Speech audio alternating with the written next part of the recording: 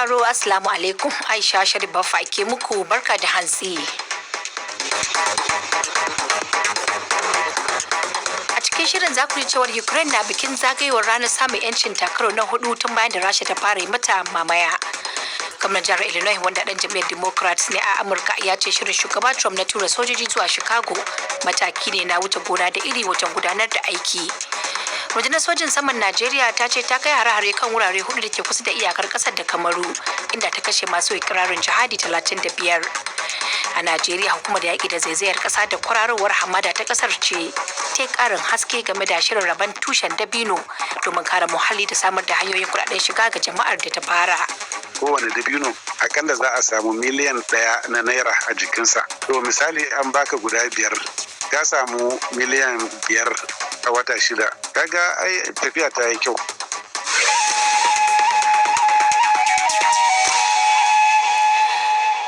Muna dauke da maimaicin amsoshin takardunku duk a cikin shirin, amma kafin mu shiga ciki sai na karanto labaran duniya. Ukraine na bikin zagayowar ranar samun 'yancin takaro na 4 tun bayan da Rasha ta fara yi mata mamaya. Ukraine ta fice daga tarayyar Soviet ne shekaru 34 da suka gabata. Rotani sun ce jakadan Amurka na musamman a Ukraine, Keith Kellogg, zai ziyarci abubuwa da dama da za a gudanar a Kyiv domin murnar zagayowar ranar samun 'yancin. A watan da muke ciki dai an sha kai ruwa rana kokarin da ake na kawo ƙarshen yakin da Rasha take yi da Ukraine, ciki har da taron da aka yi tsakanin shugaba Vladimir Putin na Rasha da kuma Donald Trump, wanda ba a samu wani ci gaba ba. A ranar Juma'a da ta gabata, ministan harkokin wajen Rasha Sergei Lavrov ya ce babu wani shiri na ganawa tsakanin Mr. Putin da kuma shugaban Ukraine Volodymyr Zelensky. Gwamnan jihar Illinois wanda dan jam'iyyar Democrats ne a Amurka ya ce shirin shugaba Trump na tura sojoji zuwa Chicago mataki ne na wuce gona da iri wajen gudanar da aiki. Cikin wata sanarwa, J.B. Pritzker ya ce babu wani abu na gaggawa da ya taso a jihar da har za a iya tura sojoji. Mr. Trump has already deployed about 2,000 National Guards to the capital. Wakilin BBC ce tuni shugaba Trump ya tura wasu jami'an tsaron ƙasa 2,000 zuwa Washington DC, inda jam'iyyar adawa ta Democrats ke da gwamnati, sannan kuma ranar Juma'a ya ce zai gabatar da sabbin manufofi biyu a birane biyu da jam'iyyar Democrats ke da iko da kuma birnin New York. Koriya ta Arewa ta ce ta yi gwajin wasu sabbin makamai masu linzami biyu waɗanda za su iya lalata duk wani makami mai linzami da ma jirage marasa matuƙi. Kafar yada labaran ƙasar ta ce an yi amfani da sabuwar fasaha wajen ƙera makaman, to amma bata bayar da cikakken bayani a game da makaman ba. Shugaban ƙasar Kim Jong-un ya halarci inda aka gudanar da gwajin. Gwajin makami mai linzami ya zo ne a daidai lokacin da Koriya ta Kudu da kuma Amurka ke gudanar da wani atisayen haɗin gwiwa na sojoji a yankin. To labaran duniya na zuwa muku ne daga nan sashen Hausa na BBC. Rundunar sojin saman Najeriya ta ce ta kai hare-hare kan wurare 4 da ke kusa da iyakar ƙasar da Kamaru, inda ta kashe masu ikirarin jihadi 35. The operation followed increased attacks by Boko Haram. Wakilin BBC ya ce hare-haren sun biyo bayan hare-haren da Boko Haram da kuma kungiyar masu ikirarin jihadi ke kai wa sansanonin sojojin, inda suke kashe sojoji da kuma kwace makamai. Najeriya dai na fama da hare-haren masu ikirarin jihadi fiye da shekaru 10 da suka gabata, sannan kuma tana yaƙi da 'yan bindigar da ke sace-sacen mutane domin neman kuɗin fansa a wasu yankuna na ƙasar. A ranar Asabar, wata ƙungiyar fitattun ya ƙasar da ta kunshi tsoffin ministoci da 'yan siyasa da manyan 'yan kasuwa ta yi kiran da a samar da wutar rundunar tsaro ta musamman ta shugaban ƙasa domin daƙile kashe-kashen da ake yi wa mutanen da ba su ji ba su gani ba. Rundunar sojin Mali ta amince cewa ta bar wani birni da ke tsakiyar ƙasar wanda masu ikirarin jihadi suka kwace, to amma ta bayyana janyewar tata daga wajen a matsayin dabara. Rotanni sun ce sojoji da fararen hula sun tsere sun bar Farabugum wanda ke fama da hare-hare tun a ranar Talata da ta gabata. Wani jami'i ya shaidawa kamfanin dillancin labaran Faransa cewa masu tayar da kayar baya da ke da alaka da kungiyar Al-Qaeda ta JNIM ne ke iko da birnin. Ya ce su ne masu ka jagoranci sadar Juma'ar da aka yi a babban masallacin da ke birnin. Mai magana da rundunar sojin ta Mali ya ce suna shirin sake kwace Farabugum. To ƙarshen labaran duniyar kenan daga nan sashen Hausa na BBC.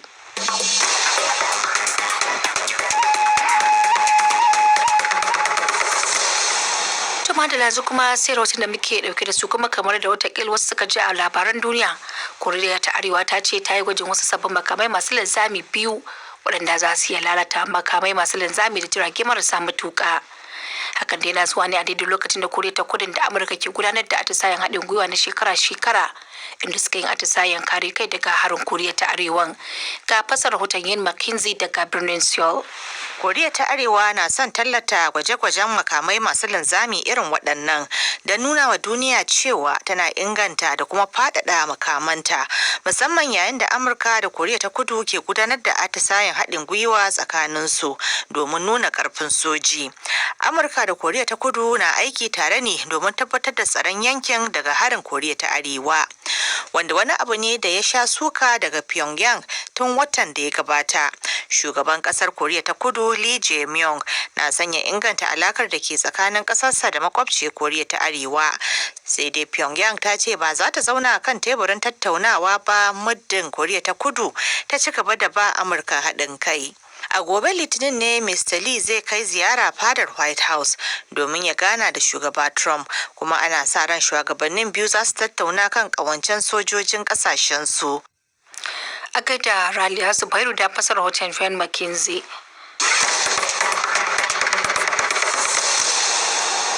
To muna kawo muku waɗannan rahotanni ne daga nan sashen Hausa na BBC. A Najeriya, ma'aikatar yaƙi da kwararowar hamada ta ƙaddamar da shirin rabon irin dabino a jihohi 11 na ƙasar da suka iyaka da hamada Sahara a wani bangare na haɓaka shirin gwamnatin shugaba Tinubu na Renew Hope. Ma'aikatar ta ce daga cikin tushen dabinon miliyan 5 da suke da shi, sun kuma ware wa kowace jiha daga cikin tushen dabinon 450, inda aka zaɓo maza da matan da suka cancanci su ci gajiyar shirin. A santa wasu da abokin aiki na Ahmad Kaba Idris, babban daraktan ma'aikatar Sala Abubakar ya ce wannan tallafi ne da zai mayar da waɗanda suka yi amfani da shi yadda ya kamata samun miliyoyin naira. Dama mun ɗauki sunayen mutane waɗanda suke da sha'awa mu ba su wannan abubuwa mu ci gaba da raba musu, wanda za su zo su shuka, su kewaye, su ba su ruwa har lokacin da Allah zai kai su matsayin da za su soma 'ya'ya. 'Ya'yan kuma in Allah da za su soma ne a cikin shekara 3 zuwa 4. Wannan yana ɗaya daga cikin Renewed Hope Agenda na mai girma shugaban ƙasa Bola Ahmed Tinubu, inda muke aiki kuma jihohi guda 11 ne na Najeriya wanda muka yi bango da nan azuka na Sahara da muka yi iyaka da su. Waɗanne jihohi ne waɗannan guda 11 da wannan al'amari ya kunsa? Akwai Adamawa da Gombe da Bauchi, muna kiransu buffer states guda 3 nan, da suna kasa da wayannan sauran jihohi. Ta gabar kuma za mu fara daga Borno, Yobe, Jigawa, Kano, Katsina, Zamfara, Sokoto da Kebbi State. Kawo yanzu tushe nawa kuka raba? Dama muna da miliyan 5 ne a ƙasa, amma a yanzu haka kowace jiha a cikin wannan jihohi mun ba su 450 wanda za a raba. Raban da ake yi a kalla da na zaga jihohi Katsina, Kano, Jigawa, Yobe, Bauchi da Gombe. Amma ina da niyan zan tafi Borno, daga nan kuma zan wuce Zamfara, Sokoto da Kebbi. Akwai wani tsari da kuka bi wurin lalubo waɗanda za a ba wannan tallafi haka? Da yake kowane jiha muna da ofisoshinmu a wajen, domin sa su dama akan cewa muna da kudurin bana wajen lokacin da za a yi wannan shuka, sai a sama mana mutane waɗanda suke da sha'awa mu ba su. Kuma mun fi mai da hankali ga waɗanda ba su da aikin yi, musamman matasa da mata. Tallafi ne ko ka bashi ne da za a dawo da shi a nan gaba? Wannan tallafi ne wanda in aka karba aka yi zai haɓaka mana arzikinmu na ƙasa. Domin ai mun sha magana tun a baya kan cewa kowane dabino akalla za a samu miliyan 1 na naira a jikinsa. To misali an baka guda 5, ka samu miliyan 5 a wata 6. Kaga ai tafiya ta yi kyau. Ta yaya za ku tabbatar an kula da waɗannan iri da kuka bada su zama har an ci gajiyarsu? Shi yasa muka ce a yi rajista, kowa ya karba za mu san a inda zai shuka. Muna da abin da ake kira monitoring framework, ba wai haka kawai za mu baka ka ɗauka ka inda kamar wani tsari na sa ido da bibiya haka. Yawa, za mu bi mu ga inda ka shuka, kuma za mu na sanin ya ci gaban a wannan abin yake. Wace hanya mutane za su bi don su ci gajiyar shirin kamar wanda ba su shiga ba? Yanzu zuwa shekara 2030 muna so mu haɓaka wannan aiki, za mu shushuka wayannan seedlings mu samu har zuwa kamar miliyan 50, wanda muna so mu sa mutane suna shiga cikin wannan abu, mu yi shi mu samu kuɗi yadda ya kamata a ƙasar nan. sauran jihohi da wannan abu bai kai gare su ba da yake Najeriya tana da faɗi jihohi 36 babban birnin tarayya Abuja. Me matsayinsu? To dama shi wannan ma'aikata namu akwai jihohi da muke ayyuka a ciki wanda doka ne ya tsara mana akan cewa a nan ne ayyukan mu ya tsaya. To a nan ne muke waɗannan abubuwa din domin mu taimaka. Akwai talauci, akwai rashin abin yi, akwai zaman banza. To muna so duk yaki wannan ne da wannan sana'ar da za a so mai na shuka dabino. Sale Abubakar babban daraktan ma'aikatar yaƙi da kwararowar hamada a Najeriya kenan. To har yanzu muna Najeriya inda shugaban ƙungiyar gwamnonin PDP a ƙasar ya ce babu gudu ba ja da baya sai sun gudanar da babban taron jam'iyyarsu na ƙasa a watan Nuwambar shekarar da muke ciki. Gwamnan jihar Bauchi Bala Abdulkadir Muhammad ya bayyana haka ne bayan kammala taron da suka yi jiya Asabar a jihar Zamfara, inda ya ce sun amince da ci gaba da shirye-shirye don gudanar da taron a ranar 15 zuwa 16 ga watan Nuwamba a birnin Ibadan na jihar Oyo. A tattaunawarsa da Zaharuddin Lawan ta waya ya shaida masa cewa tuni suka sanar da hukumar zaɓe ta INEC cewa taron yana nan babu wani sauyi. Mun tattauna akan babban taro na NEC wato taron koli inda za mu je ga zuwa taron ƙasa gaba ɗaya na convention inda muka san akwai wasu ɓata gari da suke so su yi amfani da wannan abun ganin cewa PDP ta ɗauko hanyar gyara yadda ta zama abin sha'awa, ta zama abin ƙawa, ta zama budurwan jam'iyya wa kowa wanda yake so ya tsaya. Kasancewa mun yi zonin kwamiti wato wanda za su rarraba makamai kuma sun kawo mana lamirin abin da suka yi a ƙarƙashin gwamnan Bayelsa yadda suka bar shi wa'annan makamin jam'iyya a inda suke wato chairman na party ya zauna a arewa, sauran sakatare ya koma kudu, kuma sauran su zagaya sauran yadda ake so a yi yadda ake a baya. Sai kuma mun yi la'akari da rashin tsaro da yake faruwa a Katsina da Zamfara da Plateau da Benue da sauran wurare. Har mu ma Bauchi ya fara taba mu rashin mulki mai kyau. Mu jam'iyyan adawa ne kuma ba a ba mu tallafi kamar yadda ake ba wa tukwaran mu. Za mu yi kokari mai amfani da kuɗi kaɗan mai aiki mai yawa ya kasance ma kamar yadda ake a Zamfara yanzu da muka zo muka gani gaskiya kwalliya ta biya kuɗin jari. Alhamdulillah mun na'am da abubuwan da wannan gwamna yake Dauda da sauran gwamnonin mu duka inda muka tattauna za mu taimakawa kanmu da kudurori da shawarwari masu kyau. Batun babban taron ku da za ku yi dinnan shine babban abin da ya fi daukar hankali, kuma kun tattauna ana cewa akwai fargabar ma taron nan mai yiwuwa ba zai yiwu ba saboda wuke yana cewa ba a sanar da shi ba da shi ba kwa ga wannan babbar barazana ce? To wake shi dan jam'iyya ne a yanda yake faɗi, kuma ba shi ne jam'iyya ba. Ko ni da nake shugaban gwamnonin PDP ban isa in ce ba za a yi taro don ba a gaya mun ba. Don ba a gaya maka ba abin da ya faru yake cikin tsarin kundin mulkin mu ba wanda ya fi jam'iyya. Jam'iyya ne ta ce za ta yi, kuma ban ga yadda zai yi hana mu ba, tunda duk tsari da za a yi da hanyoyi da za a bi a ga cewa an yi wani taro an yi, an gaya wa INEC kuma INEC ta sani kuma za ta zo taron mu na NEC kuma za mu je convention tare da yaddanta da saninta. Saboda haka idan mutum ɗaya dama yana neman ya kawo akasi, shi yasa shi ma mun tattauna amma ban faɗe shi ba sanda ka ɗaga magana. Babu wani mutum nan gaba da zai sake ɗaga mana kara ba za mu karya ba.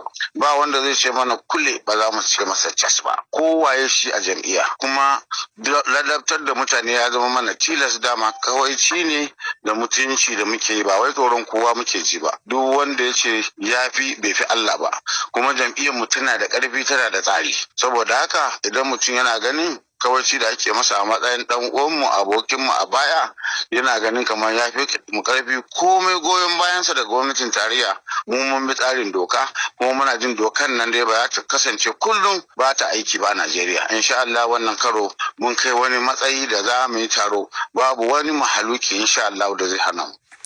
Gwamnan jihar Bauchi Bala Abdulkadir Muhammad kenan. To yanzu a jihar ta Bauchi da ke Najeriya karfe 8 ne saura minti 16, haka lokacin yake a tawa ta jamhuriyar Nijar. Aisha Sharif babba ke gabatar muku da wannan shiri daga nan sashen Hausa na BBC. A cikin shirin kun ji cewa rundunar sojin Mali ta amince cewa ta bar wani birni da ke tsakiyar kasar wanda masu ikirarin jihadi suka kwace.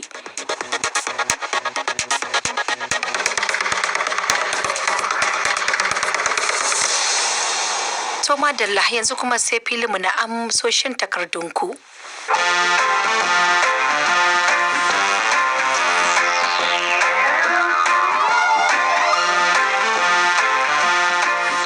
Masu sauraro barkamu da warhaka.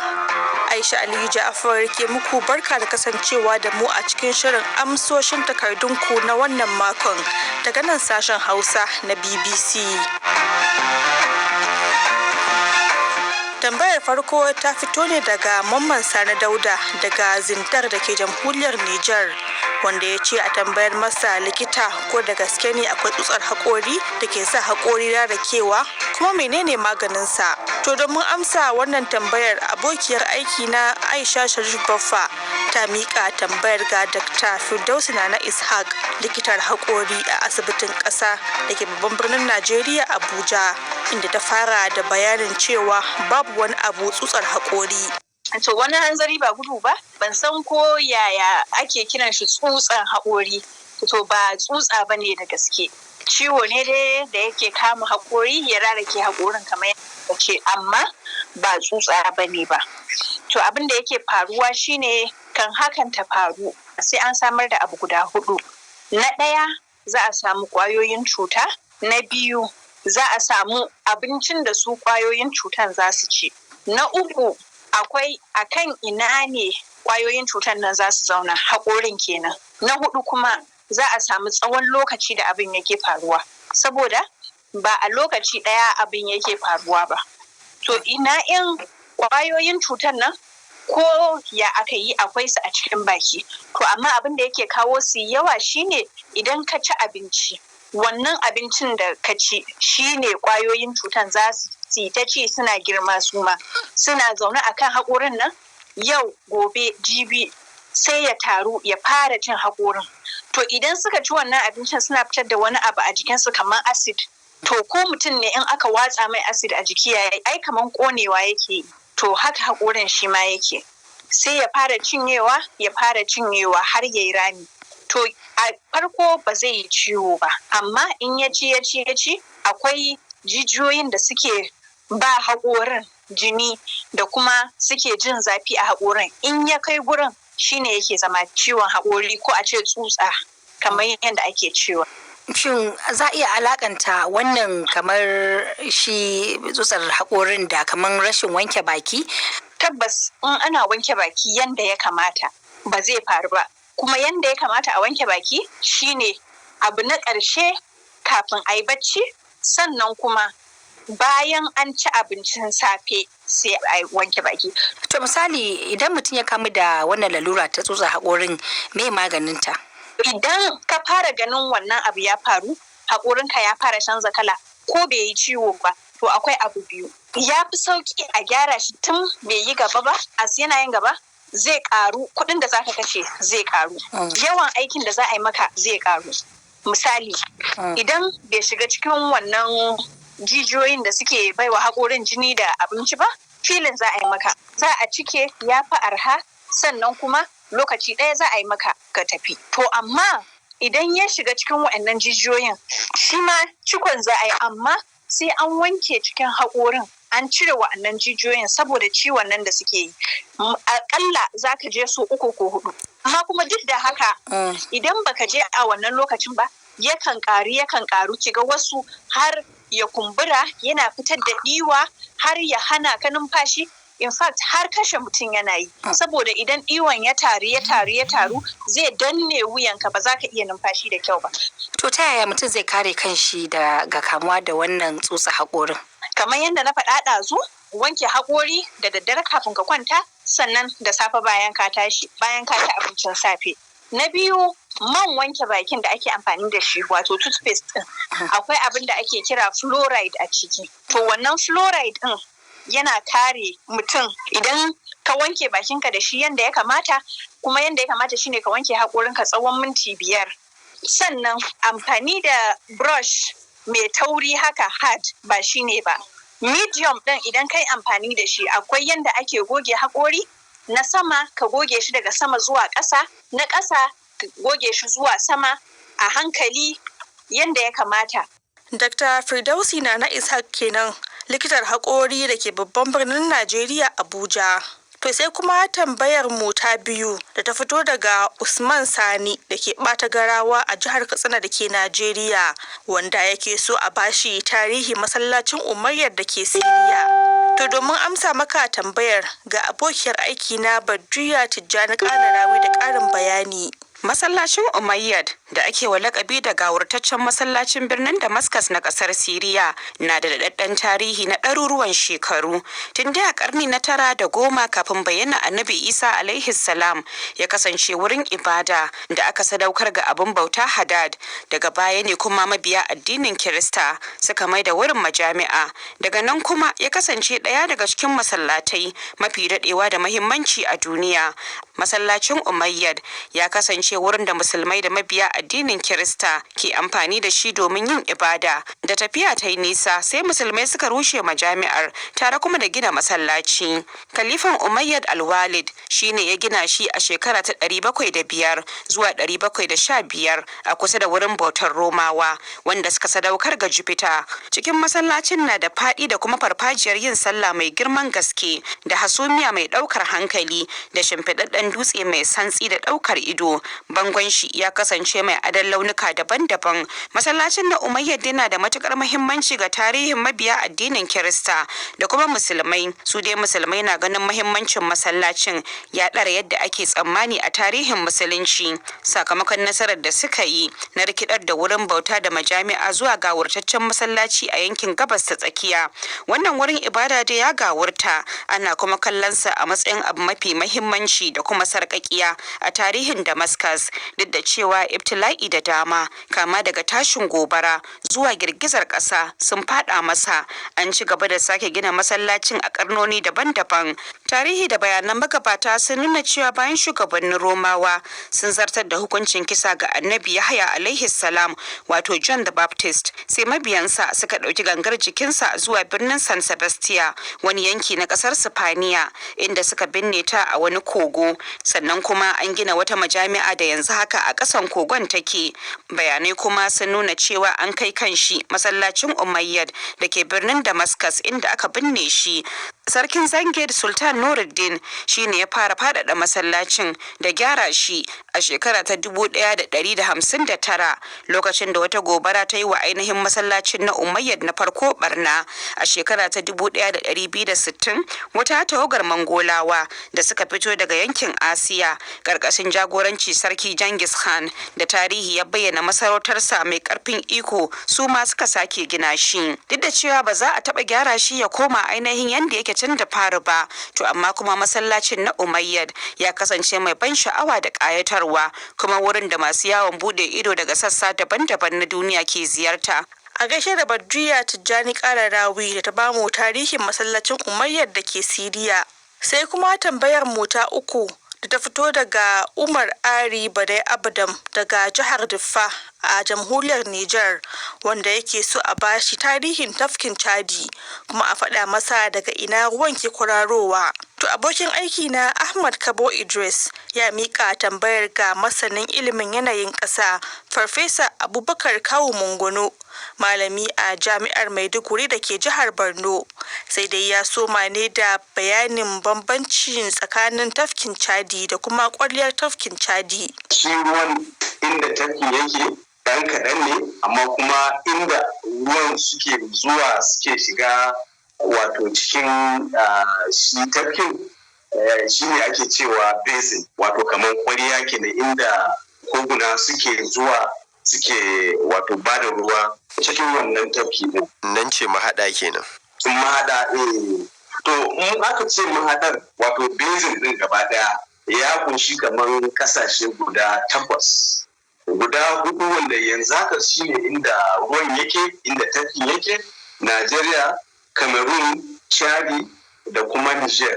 Wannan ƙasashe 4 yanzu haka su ne wanda suke cin moriyan tafkin Chadi kenan. Amma muka ce mahadar wato basin din kenan, sai mu hada har da Sudan da Central Africa da Algeria. Wayannan kasashe su za a ƙara akan wato inda matattaran ruwan suke gudana zuwa cikin wato tafkin Chadi kenan. To daga ina yake kwararowa kenan shi tafkin Chadi? Koguna na wannan kasashe da na lissafa guda 7 ko 8 din nan, kama daga kogin Logon wanda ya kama daga Central Africa da Chari, su suke ba da ruwa su shigo har su kawo ruwa kashi kamar 95 cikin wannan basin din.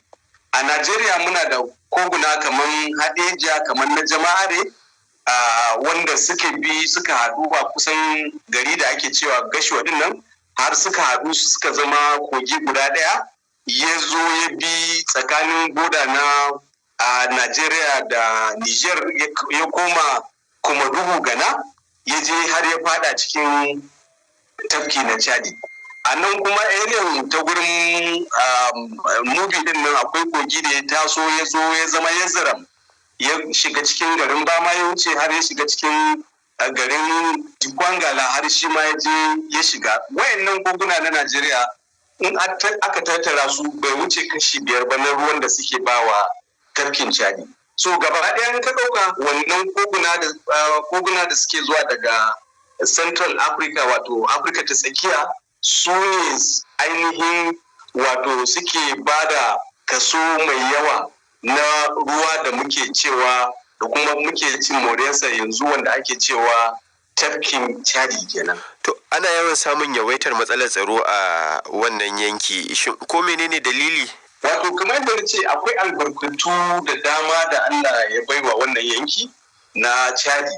Ana noma sosai a gurin, ga kuma albarkatun ruwa musamman ma kifi, da kuma har ma da kanwa da ake samu a wannan gurin. Shi yasa ma yanzu haka ana ta fafatawa tsakanin gwamnatocin kasashen nan guda 4 wanda suka taru suna yaƙi da wannan ƙungiyar nan ta da kayan baya, ko wanda ake cewa ƙungiyar ta'adda na Boko Haram da ISWAP, wanda yanzu haka sun je sun kama wannan yankin suna cin moriyan wannan albarkatun.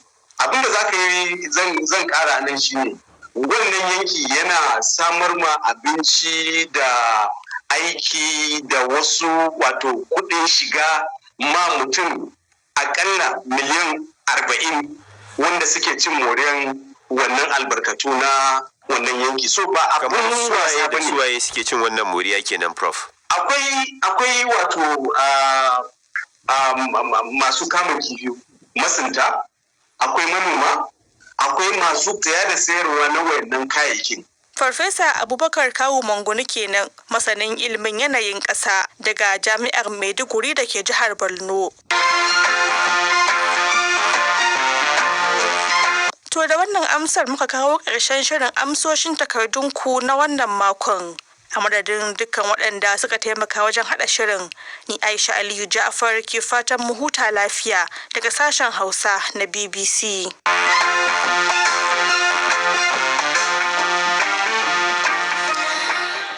Da Aisha Aliyu Jafar, masu sauraro, idan ku leka shafinmu na bbchausa.com akwai labarin da muka wallafa muku a shafin. Akwai labarin wasanni, akwai kuma babban labarin na shafin da ke cewa babu wani mahaluki da zai hana mu gudanar da babban taron jam'iyyar PDP na ƙasa, inji gwamnan Bauchi Bala Muhammad kenan. Akwai labarin da muka wallafa da ke cewa ko tsallake yin karin kumallo na da haɗari ga lafiya, sai ku leka domin gani ko yana da lafiya ko kuma ba shi da haɗari ga lafiya. Babu riba amma na kasa dainawa, in ji matashin da cacar kwallo ta hana shi sakat. Sojojin Najeriya sun ce sun kashe 'yan Boko Haram 13 a jihar Borno. Wannan ma labari ne da ke kan wannan shafin. Waɗannan da masu labarai duka a cikin shafin da ma shafukanmu na sada zumunta BBC Hausa, Facebook da Instagram da Twitter da kuma YouTube, duk akwai labarai da ma bidiyoyi da ma hotunan da muke wallafa muku. To duka ƙarshen shirin kenan wanda Raliya Zubairu ta shirya. Lawan Nuhu Suleiman ya haɗa mana sauti, Aisha Sharbafa nake cewa mu huta lafiya daga nan sashen Hausa na BBC.